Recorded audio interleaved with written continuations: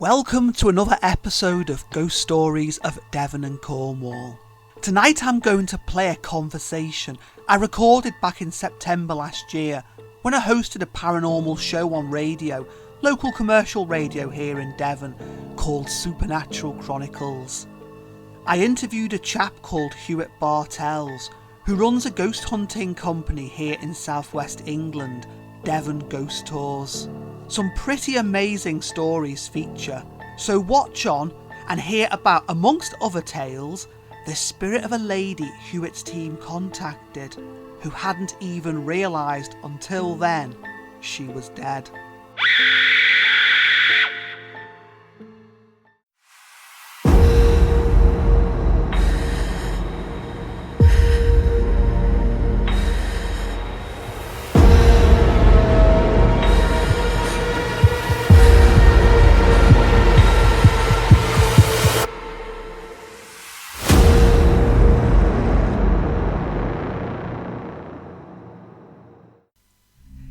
You know, I'm excited about listening to this again myself, only without the songs and ad breaks this time. Pure, unadulterated ghost chat, starting with Huet introducing himself. I'm Huet Bartels, and I've been a paranormal investigator for 25 plus years. I used to do it alongside my brother. We used to go out probably most weekends, travel the length and breadth of the UK. And I'm based in Devon. So I live up in North Devon in a little seaside town called Ilfracombe. But previous to that, I spent the whole of my life really living in London. So I moved there in 2019 down to the West Country and love it. It's great here. A blow into this beautiful part of the world then. Much like myself, in fact, for I met an Exeter girl at uni and got married in Bickley Church near Dartmoor. But enough of that. Tell me, what sparked your interest in the paranormal, Huet? I got into it first, I was probably about 12 or 13. I have an Irish mother in Cork, so we were staying in her hometown for a holiday, and we rented one of the cottages that she knew very well. That's another thing we share then, because my late father was Irish, and when I was that age, I also holidayed in a cottage in the Cork countryside, one that us kids were convinced was haunted. Now, I don't say it definitely was. Looking back, it might just have been our imaginations riffing on one another. Your rented cottage, on the other hand, that definitely was haunted. Tell us what happened there. My mum and her sister used to hear the front door open, heavy boots coming up the stairs,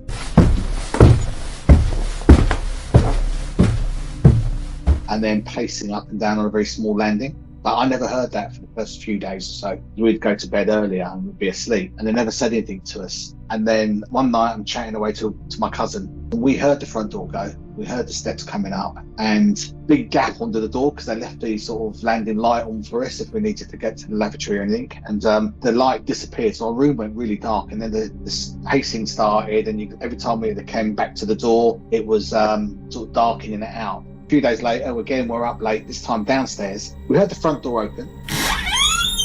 And then next thing, we heard like if all the pots and pans had come crashing out of the kitchen. So, you know, being 12 or 13, we had no fear in this at that point. Never realised it was haunted. And we went into the kitchen expecting to see a mess on the floor. Nothing was out of place, absolutely nothing. So we mentioned it to our parents in the morning, and then they came clean and told us what was going on. And it transpires that it was the son of the woman who used to live there. It used to be a sweet shop on my mum's day, and he committed suicide in there. And that's why, because he seems to have been haunting it.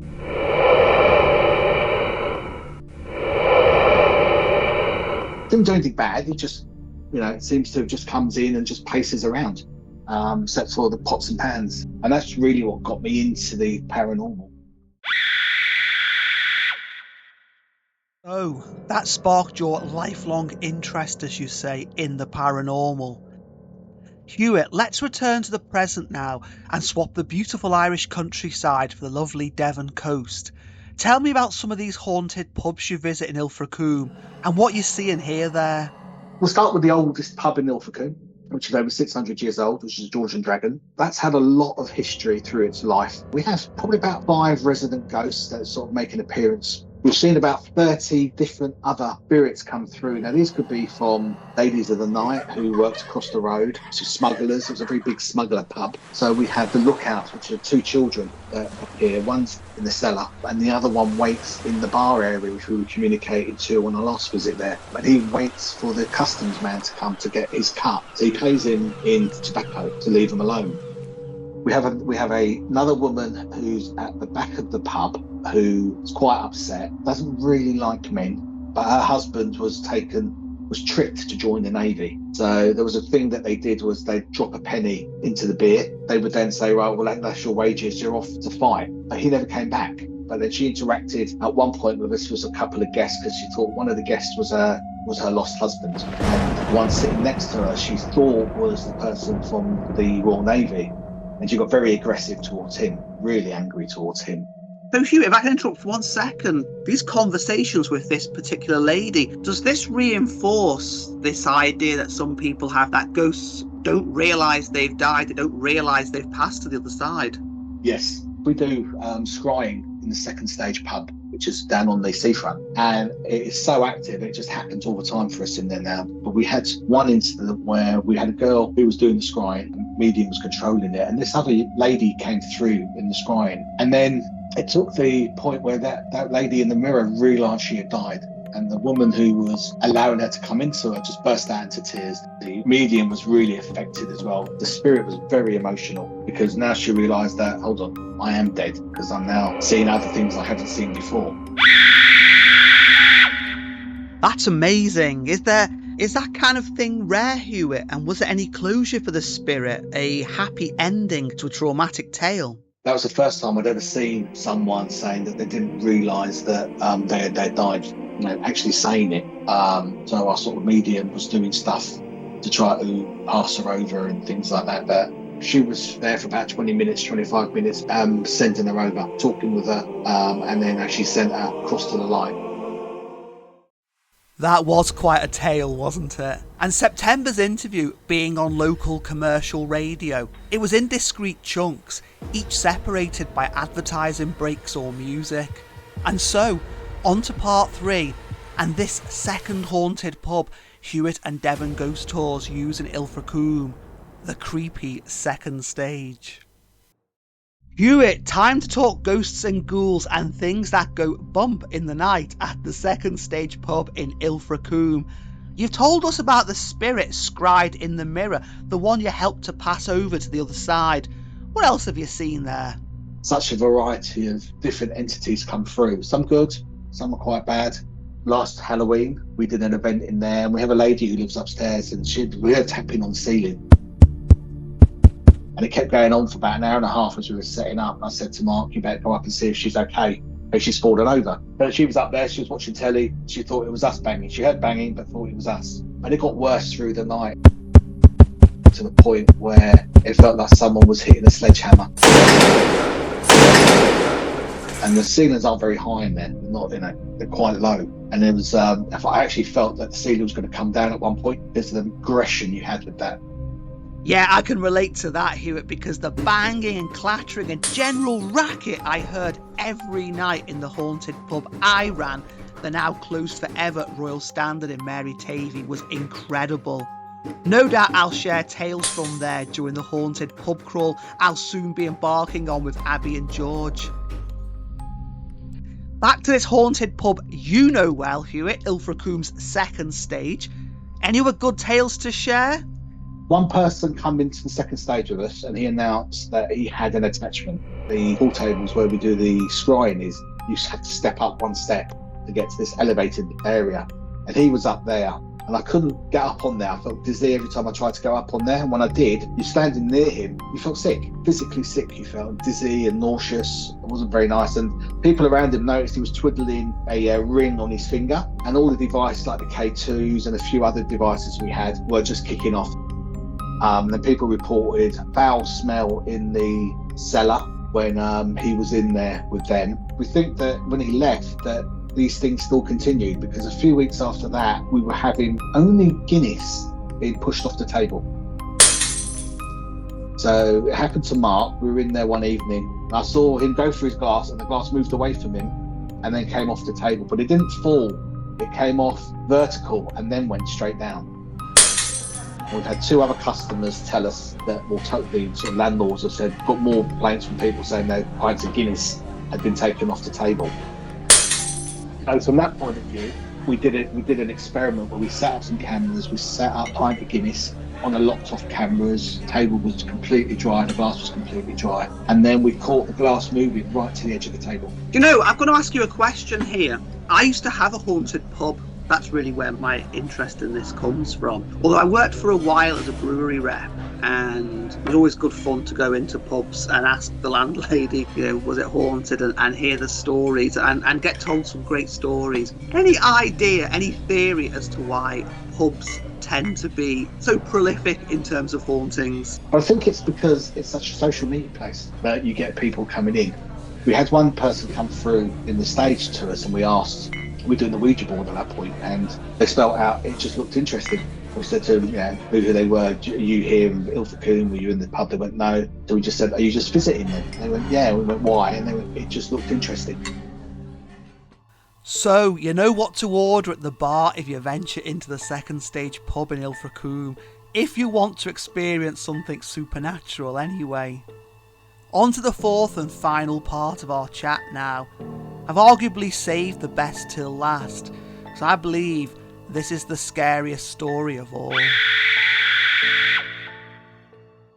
Right, I've got Huet Bartels from Devon Ghost Tours in the studio tonight. Huet's been good enough to share tales from Ilfracombe in North Devon. But having been hunting ghosts for many years, he's bound to have some spooky things happen to him before he moved here to the West Country.